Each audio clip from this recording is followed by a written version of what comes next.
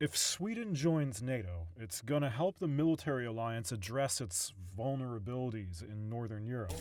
This is one of the key reasons why. The country's world-leading submarine fleet, which has some traits that both Russia and the US Navy are lacking. Reuters has been granted rare access to Sweden's subfleet, which experts say could be a game changer for NATO.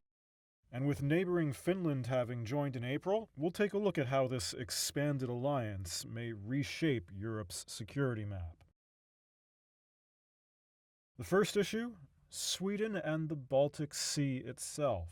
The waterways shared with Russia, and it's a strategically important one, with access to ports in 8 countries, including Germany. It's also where vital undersea infrastructure runs, including the incident in 2022, where one of the Nord Stream gas pipelines was destroyed. Captain Fredrik Linden is the commander of Sweden's first submarine flotilla, and this is his sub, HMS Gotland. The Baltic Sea is as I said, it's a multi-domain area. It also can be easily described with what we call the 5 Cs: confined, confused, contested, congested, and cluttered. It's a very busy area. A lot of areas where we can hinder the opponent to move about on their own free will. So I would say that with 5 submarines, you can easily constrain the movements of your opponent. Additionally, the Baltic has an average depth of only about 100 feet, which is too shallow for the nuclear subs of the US Navy and most of Russia's fleet to operate effectively in.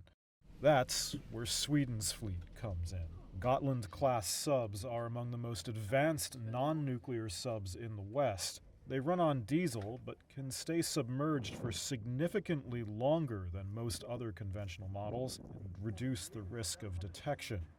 Further down the line, Sweden's building even more advanced subs dubbed the A-26. 2 are expected to be delivered in 4 or 5 years. What about Finland? When it joined NATO, it brought the alliance a massive new northern border with Russia and the infrastructure, such as roads and railways, to move troops around that territory. In May, Finland hosted its first Arctic military exercises as a NATO member. This is Major General Gregory Anderson of the U.S. Army's 10th Mountain Division.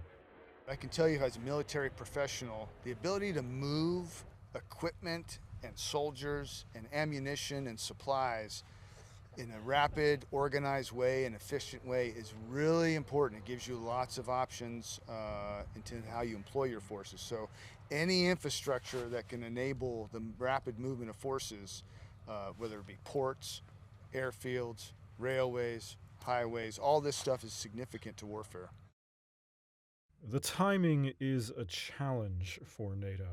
According to a think tank in Helsinki, the Finnish Institute of International Affairs, Western armed forces are about 10 years behind Russia in the Arctic, which has been steadily building up and fortifying its presence there.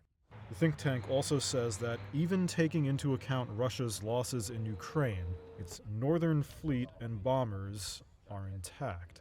Finland's investing about $163 million upgrading the home base of its Arctic Air Force for it to host half the country's new fleet of F-35 fighter jets. Russia's defense ministry did not respond to a request for comment.